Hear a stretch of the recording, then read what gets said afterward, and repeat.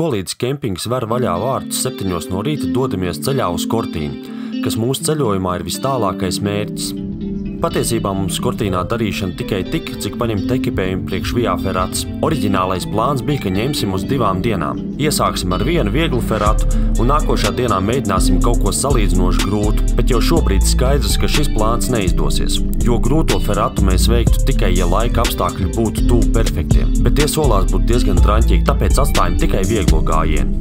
No Kortīnas dodamies atpakaļ uz Falcarego pāreju, no kurienes mēs uzsāksim savu gājienu uz Legacio kalnu. Taka, pa kuru mēs dosimies augšā, saucās Kaiserjāger. Pirmā pārgājiena daļa būs diezgan stāvs kāpiens līdz A grūtības Via Ferratai. Pirmie 2 kilometri gaidāms stāvs kāpiens, bet bez jebkādas tehniskās sarežģītības. Šī taka Pirmajā pasaules karā kalpoja apgādēji ar pārtiku un munīciju Austrijas karavīriem. Šeit bija izvietotas gan zemākas, gan augstākas pozīcijas, un lielāko daļu šobrīd iespējams apskatīt. Takas gadu gaitā ir atjaunotas. Vispār šeit var mazliet apmaldīties vēstures līkločos, jo brīžiem te pa austriešu ierakumiem un pozīcijām, tad pēkšņi pa itāļu, bet tā ļoti īsā vēstures šķērsgriezumā tas, kas šeit notika, bija Itāļu un Austro-Ungārijas karš, kas šeit norisinājās 1915. gadā, kad Itāļi pēc 4 gadsimtiem Habsburgas impērijas valdīšanā pār Kortīnu to atguva. Austro-Ungārijas karaspēks atkāpās līdz Legaco, un šeit augstu kalnos notika neskaitāmas cīņas. Apzinoties, ka uzbrukumi no zemes pret kalni bezjēdzīgi, abas armijas sāka kalnā izrakt galerijas un nalas ar nolūku uzspridzināt savus pretiniekus un nostiprināt savas pozīcijas. Pa vienām un tām pašām kalnu grēdām dažādos augstumos vijās abu armiju tranšejas un nocietinājumi. Tas gan nenozīmē, ka kaujas notika tikai šajā kalnā. Tāda apkārtnē bija vairāk.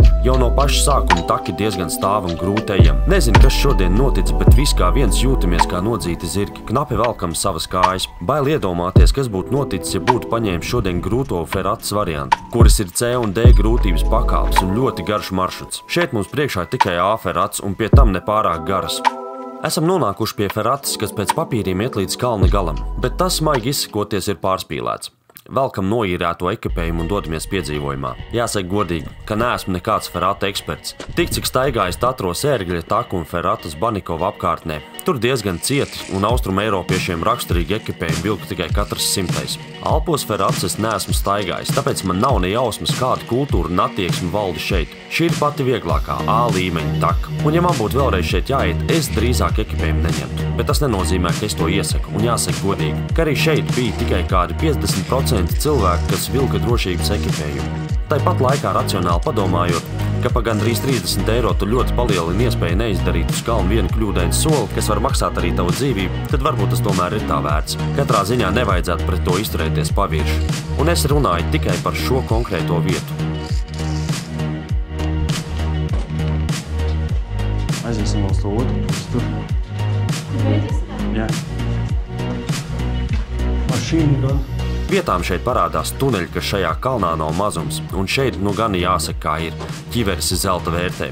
Ja plāno doties uz šo kalnu un apmeklēt tuneļus, tad Pieras Lukturīša un ķiveres būtu vairāk kā ieteicams.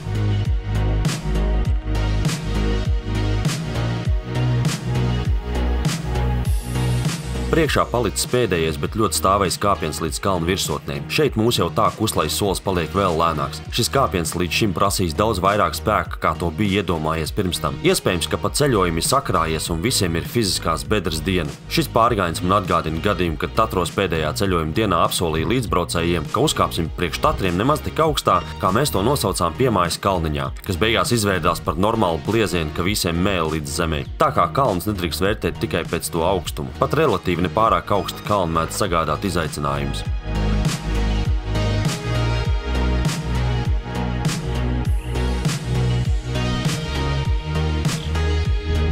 Ārā laiks sutīgs, kas baigi nepalīdz. Šodien kopējā maršruta garums ir tikai 7 km, no kuriem esam nogājuši tikai 2,5. Bet lēnām klunkurējam augšā apzinoties, ka šī ir pēdējā augšupejošā sekcija. Pēc tam vairāk vai mazāk viss ies uz leju. Skati pavers arvien iespaidīgāk. Bet te ir arī cits variants. 3 minūšu brauciens ar pacēlāju un viss garais penters, ko tikko norunāju, liekam skaķim zem astes.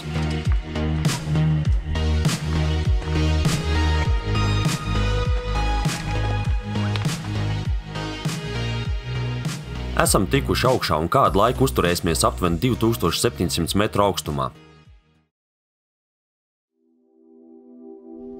Uz dienvidiem pavars burvīgi dolomīta ainava uz Laguco kalniem.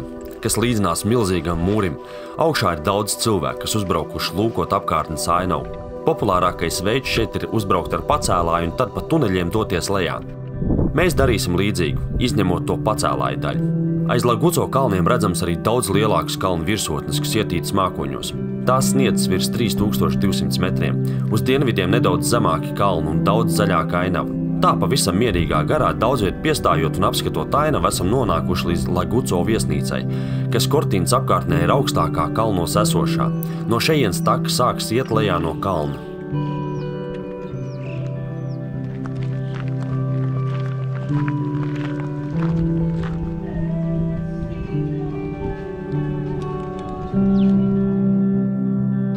Ja iepriekš mēs staigājām pa austriešu ierakumiem un alām, tad šoreiz kārta pienāks itāļu pusē, kas ir daudz iespaidīgāk, savu garo tuneļu un kalnos izvietoto pozīciju un citu veidojumu dēļ.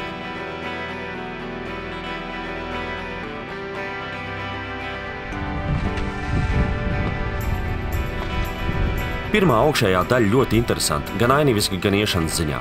Sākumā taka noved tevi pie pozīcijām, kuras bija izvietotas kalna augšējā daļā. Ja ir kaut neliela interese par militāro vēsturi, tad šeit var pavadīt daudz ilgāku laiku. Mums ir, un mēs to pilnībā neignorējam. Bet nav arī tā, ka lasam katru informācijas dēlīti. Taka tevi caur pozīciju vietām izved kā pa labirintu. Ja ir kaut kāda izpratne par kara taktikām, kas manam tēvam ir, tad interesanti paklausīties, kāpēc pozīcijas atrodas tur un nekur citur. Bet šobrīd tuvojamies tuneļiem un pazudīsim zem zemes uz kādu labu laiku.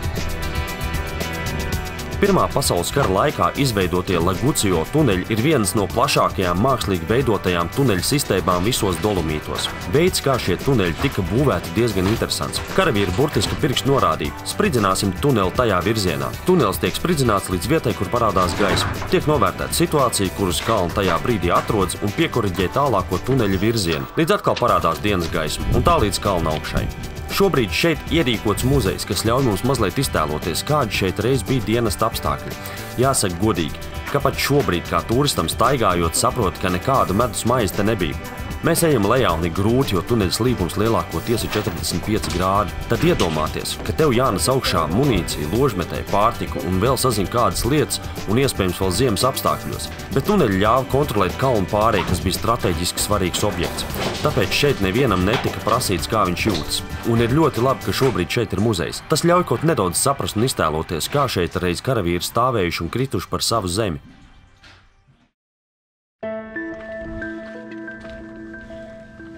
Šie darbi bija dzīvībai un veselībai bīstami. Tuneļos to būvniecības laikā notika daudz nogruvumi. Ventilācija tuneļos bija ļoti slikta, tāpēc būvniecības laikā daudz saslima un daudz gāja bojā. Taču tika uzskatīts, ka ieguvumi no šiem tuneļiem ir ļoti lieli un strateģiski svarīgi. Tāpēc visi darbi tika turpināti līdz to pabeigšanai, neskatoties uz daudzo upuru skaitu. Paradoksāli, ka pēc 2 gadu ilgām kaujām itāļiem no šiem ierakumiem nācās atkāpties un atzīt savu sakāvušajos kalnos.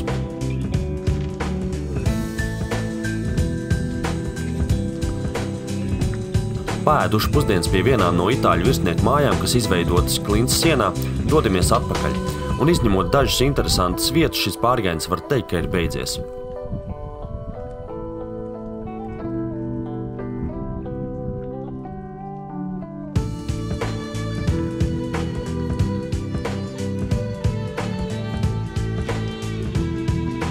Jāsaka tā, ka spītējot mūsu šodienas nepārāk labajam fiziskajam sniegumam un salīdzinoši īsajam maršrutam, pārgājiens ir bijis diezgan daudz un dažādu iespaidu pārpilns. Šeit ir ko redzēt, un tas atšķirs no citur redzētā un piedzīvotā.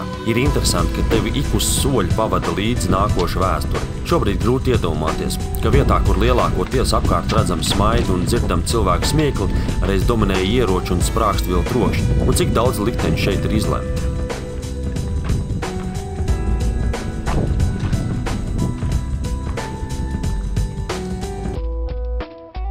Atdodam ekipējumu, jo rīt solās būt draņķis un dodamies uz savu jauno kempingu.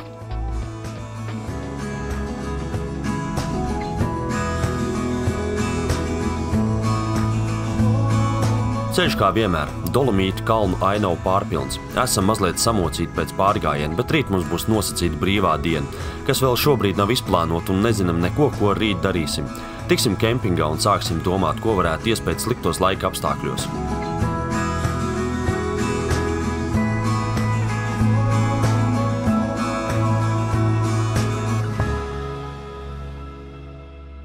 Plāns gatavs. Nebija nemaz tik viegli izplānot, bet ir izdarīts.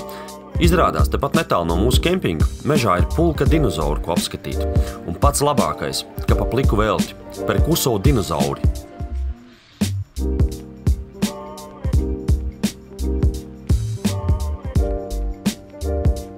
Vietējās nozīmes mākslinieki šeit izveidojas aptuveni 10 dažādu dinozauru skulptūras, kuras pats interesantākais ir mērogā 1:1. Mums likās ļoti forša vieta, kas nav izkaisīta lielā teritorijā, kas nozīmē, ka pat ļoti sliktos laika apstākļos visu var apskatīt diezgan ātri.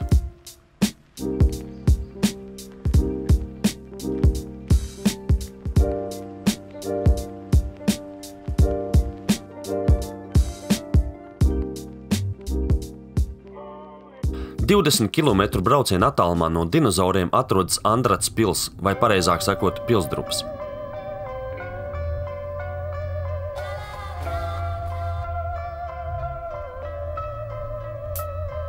Pils celta 11. gadsimtā, pēc saviem izmēriem nav diezko liela un tās pirmsākumos tajā patstāvīgi uzturējās 10 līdz 50 cilvēki normālos apstākļos, bet tas bija nozīmīgs strateģisks militārais bastions reģionā, kas kontrolēja tirzniecības ceļus no Briksenes puses ziemeļos un Belūno dienvidos. Interesanti, pils ir uzcelt uz milzīgu akmens un zinātnieki lēš, ka šajienas kalnos ap 10. gadsimtu noticis milzīgs nogrūms, kā rezultātā šis lielais klints bluķis, uz kuru šobrīd stāv pils, nonāca lejā. Pilī pietiekami daudz eksponātu un informācijas, kas šeit bijis un kā izskatījies.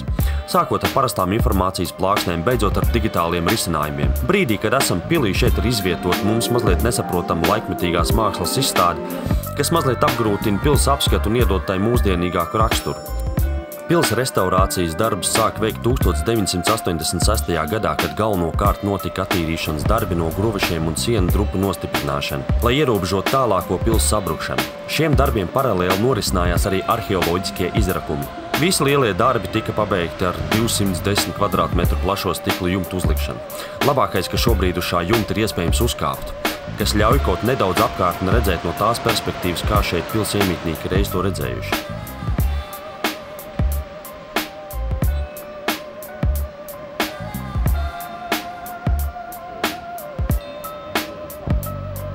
Un, protams, kādreizējie santehnikas mezgli, kurus mūsdienās reti kurš uzdrīkstās apskaust. Vēl viens viegli sasniedzams objekts, kas ir tikai 15 minūšu gājiena attālumā no auto stāvvietas Masarē ciematā. Izņemot pēdējos 300 metrus, kas jāveic stāv uz čempa nokaisītā kalnā, pārējais ceļš ir viegli ejams.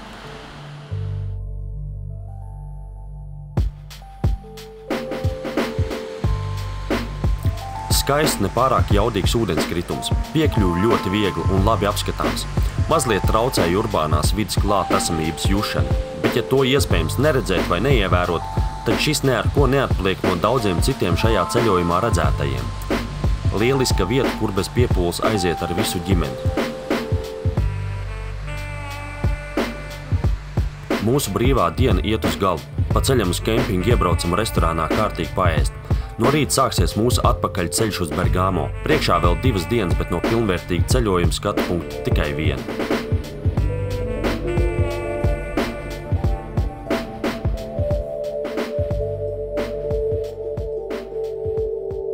Pēc kārtējās lietainās nakts rīts izskatās cerīgs. Vietām manām zilo debešu fragmenti, kas caur diezgan biezo gubu un lietus mākoņu segas dod cerību uz labiem laika apstākļiem. Šī ir diena, kad uzsākam ceļu atpakaļ uz Bergamo. Šodien jānobrauc tūp pie 300 kilometriem, bet es neizvēlējos to taisnāko un ātrāko ceļu. Brauksim pa 3 kalnu pārējām, apmeklēsim pa kādam objektam un dienas beigās iesim kalnos palikt pa nakti. Tāds ir mūsu plāns. Kā pirmā mums ir Fedaja kalnu pārēja, kas ir nedaudz virs 2000 metru augstumā. Mazliet jau ķerās kaklā, ka šī ir pēdējā pilnvērtīgā ceļojuma diena, lai gan lidmašīna uz Rīgu ir tikai pēc 2 dienām. Kaut kā cenšos šīs domas gaiņāt, ka vēl daudz kas redzams brīžiem izdodas, tad atkal ne. Bet lai vai kā esam nonākuši pie Fedaja ezera, šeit mums nav piestāta obligāti, tomēr nolemjam to izmantot. Esam Marmoladu kalnu pakājē. Šis kalns sniedzas vairāk kā 3300 metru augstumā, un šajā ziemeļu pusē redzam uz tā esošie ledāji. Starp citu, kāpjot Pitsbo, mēs varējām aplūkot šo kalnu smailu no gandrīz vienlīdzīga augstuma.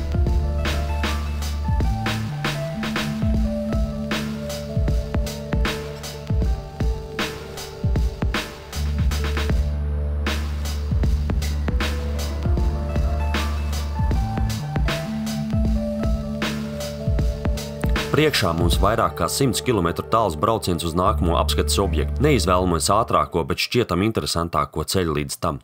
Sākumā tuneļi, kas seko viens aiz otru, mazliet tālāk no Dolomītiem jau atkal nonākam Itālijas pilsētiņās, kurās ielas daudz šaurākas un māju fasādes vairs nav kā no eiro remonta katalogiem. Priekšā jau otrā kalnu pārēja šodien – Mendola pārēja. Ne tuvu nevar sacensties ar citām šajā ceļojuma laikā brauktajām tās augstuma metros. Šī ir tikai 1362 metrus augsta, bet skaitās riteņbraucēji iecienīti, lai gan mēs to šajā dienas laikā nemanam gandrīz nemaz. Ceļš ir interesants par spīti tam, ka praktiski nav nevienas vietas, kur piestāt un aplūkot apkārtni. Esam jau atbraukuši San Zeno ciemu, no kura dosimies pa interesantu klinti izcirstu ceļu uz San Romēdio svētnīcu. Mašīnu atstājam San Zeno ciema pievārtē un dodamies uz takas sākumu. Lai līdz tai tiktu, sākumā jāaiziet cauri nelielām augļu plantācijām, līdz nonākam līdz mežam, kur sākās San Zeno taka. Maršruta garums uz vienu pusi ir aptuveni 2,5 km, bet 1 kilometrs ir ar īpašu odziņu. Taka, kas ved cauri kanjonu, ir izcirsta klints sienā 30 līdz 50 metru augstumā, kā kurā vietā. Ceļš, kas ir lejā, acīm redzot, kādreiz nav eksistējis, un šis ir bijis vienīgais ceļš uz kanjonu galā esošo baznīcu. Ļoti interesanti vieta un pie tam arī ļoti viegli ejam. Redzam te visa spektra ļaužus. Vienīgi tiem, kuri augumā krietni padavušies, šis varētu nebūt pats mīļākais objekts, jo sakumpušam būs jāiet aptuveni 1 kilometrs. Arī mums galva ir jāsargā un jāuzmana visu laiku. Taka ir droši, cik nu te tā var būt. Kur takas interesantā daļa beidzas, tur ir manām klinšu kāpēji. Klintīs nomarķēts dažādas grūtības pakāpes trases. Ar cieņu apakšā nelienot pājiem cansoņiem garām. Esam nonākuši kanjona dziļumā un virs mums paceļas 70 metrus augstas klints sienas. Turistu plūsma šeit diezgan mērena, bet nevarētu teikt, ka tie šeit nebūtu. Arī turistu ceļvežos šis tiek minēts kā nepārāk populārs objekts, bet tas droši vien Itālijas mērauklā mērot.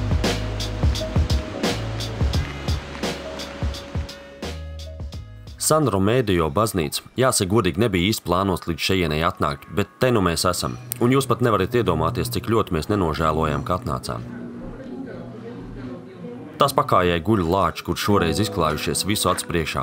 Īsti nesazīmējam, kāpēc tieši šeit atrodas, bet lai jau paliek, nav nemaz tik svarīgi. Es pārlieku neiedziļināšos vēsturē, jo visdrīzāk kaut ko nepareizi pateikšu, jo neesmu nekāds kristietības eksperts. Bet pavisam īsumā. Baznīca sāk celt jau tālajā 11. gadsimtā, un tas turpinājās līdz 20. gadsimta pašam sākumam. Baznīca ir uzcelt uz 70 metrus augsts klints bluķi, kurā, lai uzkāpt, ir jāpieveic 131 gari pakāpieni. Interesanti, ka šajā vienā veidojumā ir 5 baznīcas jeb kapelas, kas laika gaitā piebūvētas klāt jau esošajām ēkām. Šeit ir pa brīvu, mēs mazliet kautrīgi tomēr ejam un apskatām visu. Iekšā kā jau baznīcai pienākas mājo miers un klusums. Patīkam, ka šeit nav lieka glamūra, kas ļauj justies piederīgākam. Arī mēs ģimenē esam kristieši, taisnības labad nepārāk aktīvi, bet tomēr ļauj šo vietu skatīties mazliet savādāk. Zāle pa zālei un baznīca dabīgi mūs ved augšā, līdz esam nonākuši līdz baznīcas augšējai daļai, uz kura var iziet un apskatīties uz kanjonu. Ja ir vēlme, tad augšā pret ziedojumu var iedegt pats savu svecīti, kas šajā gadījumā ir elektriskā svece, kuru tu vienkārši ieliec ligzdā un tā deg. Varētu šķist smieklīgi, taču no praktiskās puses ne, jo šeit visu laiku ir caurvējuši, kā arī diez vai kāds vēlas nodedzināt šeit esošo baznīcu.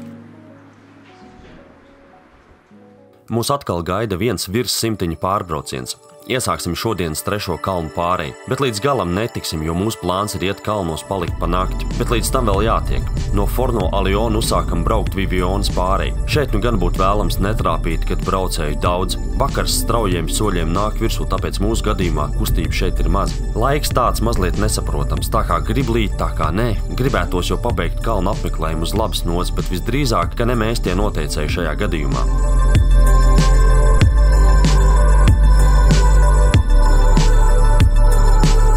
No mašīnas stāvies līdz vietai, kur paliksim pa nakti, jāiet aptuveni 3 km. Bet to mēs vēl nezinām, jo doma ir, ka ejam kalnos un meklējam, kur var uzsliet telti. Jāatzīst, ka šī ir reize, kad pārkāpsim noteikums ar palikšanu virs 2500 metriem, jo mēs vienkārši tik augstu neuzkāpsim. Šeit apkārt esošo kalnu smailes ir tādā augstumā, tā kā tas sanāktu tikai teorētiski. Savācam savus mantus un ūdenskritumu ainavu pavadīt, dodamies ceļā. Pakrūtē jau stipri šņaudzās sajūta par ceļojumu beigām. Visi saprotam, ka šis praktiski ir pēdējais kāpiens kalnos. Nu, vēl rītdienas atpakaļ gājiens uz mašīnu, bet tas arī viss. Varbūt kādam rodas jautājums, kāpēc mēs tā čakarējamies un vienkārši nepaliekam kempingā vai viesnīcā. Atbildi vienkāršāk, kā jums liekas. Negribam. Pie tam, ja solās būtu labs laiks, vēl jo vairāk. Izejam vietā, kur ir kalnu ganības. No lopiem un ganiem gan nemiņas. Varētu būt teorētiski laba vieta nometnē, salīdzinoši līdzens, daudz zālāji, gribās nolīst tā nostāk, lai neviens mūs nepamana, kas kaut kādā ziņā mums izdodas. Meklējam telts vietu, varbūt kaut ko atradīsim. Atrodam fantastisku vietu pie ūdenskrituma. Daudz laika pavadām to filmējot un fotografējot. Ūdenskritums šķiet nav jaudīgs, jo ūdens straums savos 20 augstuma metros pa stāvu klīnas trepi izšķīst tādos kā sirmas kundas garos matos. Šī ir tā retā reize, kad varam sēdēt un vērot to, cik gribam. Nekur tālāk vairs nav jāskrien. To arī izmantojam pa pilnu programmu. Visi esam priecīgi par atrasto vietu. Esam tikuši līdz 1900 metru augstumam. Tālāk jēgas nav iet, jo nākošā vieta, kur būs līdzens, būs kalnos esoša lopu ferma. Līdz tumsai kāds 2 stundas. Taktika vienkārši. Līdz tumsai tēlojam ūdenskrituma pētniekus, un kad metās tumšs, slējam augšā telti un lienam migās. Esam ieskauti 2500 un nedaudz virs kompānijā. No mūsu telts vietas gan ir maz, ko no šī visa var redzēt. Praktiski tikai dienvidu puses kalnus. Visdrīzāk, ka šī būtu ļoti laba vieta, no kurienes turpināt ceļu augšā kalnos. Bet šoreiz mūsu mērķi ir daudz pieticīgāki.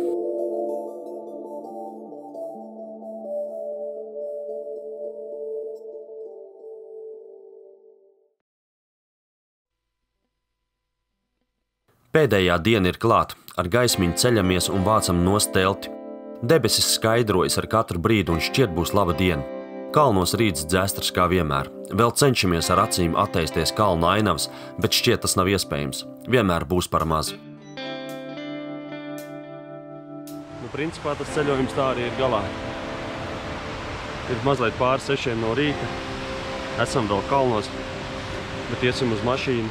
Vēl vienu kalnu pārēj, Vivione. Un tad, principā tas skaistais Itālijas ceļojums būs galā. Man liekas, ļoti izdevies ceļojums. Ļoti daudz ko redzējām. Ļoti daudz, kur paspējām, visiem viss ir kārtībā, vairāk vai mazāk iespēja robežās. Nu, paskatieties vienu apkārt. Būs jābrauc vēl. Nu, viss. Braucam uz Bergamo. Lai arī rīts ir fantastiski skaists, iekšēji manī sāk valdīt neliels hauss.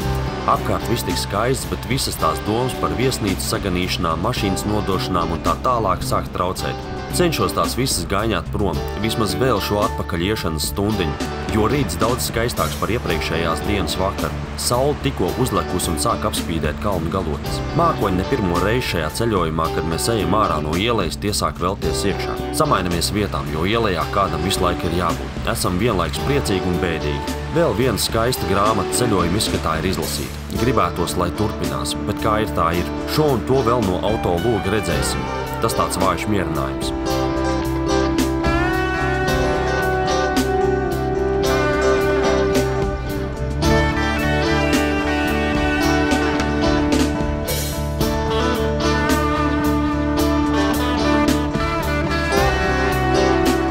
Negribīgi klenderējam uz mašīnu. Visdīvainākā sajūta šajā ceļojumā ir šobrīd, jo iekšēji liekas, kā jūs kalni bez mums iztiksiet. Šķiet, ka tu viņiem esi vajadzīgs, bet mēs visi labi zinām, ka tā nav un nekad nav bijis. Esam sasēduši mašīnā un dodamies uz Vivione pārēju. Un jāsaka tā, ka ceļš ļoti interesants, bet varbūt arī murgains. Ne mūsu gadījumā, bet paskaidrošu. Šobrīd ir aptuveni 7 no rīta un te nevienu uz ceļa nav. Taču brīdī, kad te parādās satiksme, es šeit negribētu braukt, jo te burtiski lielākoties no visu ceļa ir vieta tieši vienai mašīnai un nekam vairāk. To jau biju lasījis, bet tagad arī redzu pats savām acīm. Un silti iesaku arī jums. Ja braucat šeit, tad labāk agri no rīta, kad neviena nav. Bet ja ir jautājums, vai šeit ir vērts braukt, pilnīgi noteikti. Apkārtne šeit ir skaisti. Vietas, no kurienes sākt kalnu pārgājiens arī netrūkst. Pārēja ir 1828 metrus augsta, 2 stundu braucienu attālumā no Bergamo, kur vidējais latvietis ierodās ar Rainairu. Man liekas ļoti laba vieta, lai veiktu pirmās pastaigas augstienē, pierast pie retināta gaisa un apstākļiem. Tepat arī viesnīca, tā kā ņemiet par labu. Bet te nu mums jāsāk apaļoties. 11 dienu laikā novirs no plāna bijuši ļoti neliels, un tās galvenokārt saistīts ar laika apstākļiem un nelieliem pārreikiniem par savu varēšanu. Vai drīzāk es vienmēr plānoju vairāk, kā var izdarīt, un tad pēc situācijas no kaut kā dabīgi atkritās. Praktiskā informācija. Cik mums šis viss izmaksāja? Aptuveni 800 eiro vai mazliet mazāk uz vienu personu, no kā aptuveni pusi aizgāja lidojumam un mašīnas īrei. Daudz vai maz spriediet paši. Ar mašīnu nobraucām aptuveni 1500 km, ar kājām nostaigājām aptuveni 100 km uz augšu apaļojot. Gribu teikt milzīgi paldies saviem ceļa biedriem, jau ilgajiem ārzemju braucienu kolēģiem sievai Katrīnai un tētim Andrim. Jebkā mēs savu grupējumu paši iesaukuši daudzus gadus atpakaļ Baltijas Ekspress. Paldies jums par dalību, bez jums nekādi. Paldies jums, skatītāji, ka izturējāt manus svārstījumus. Ceru, ka patika.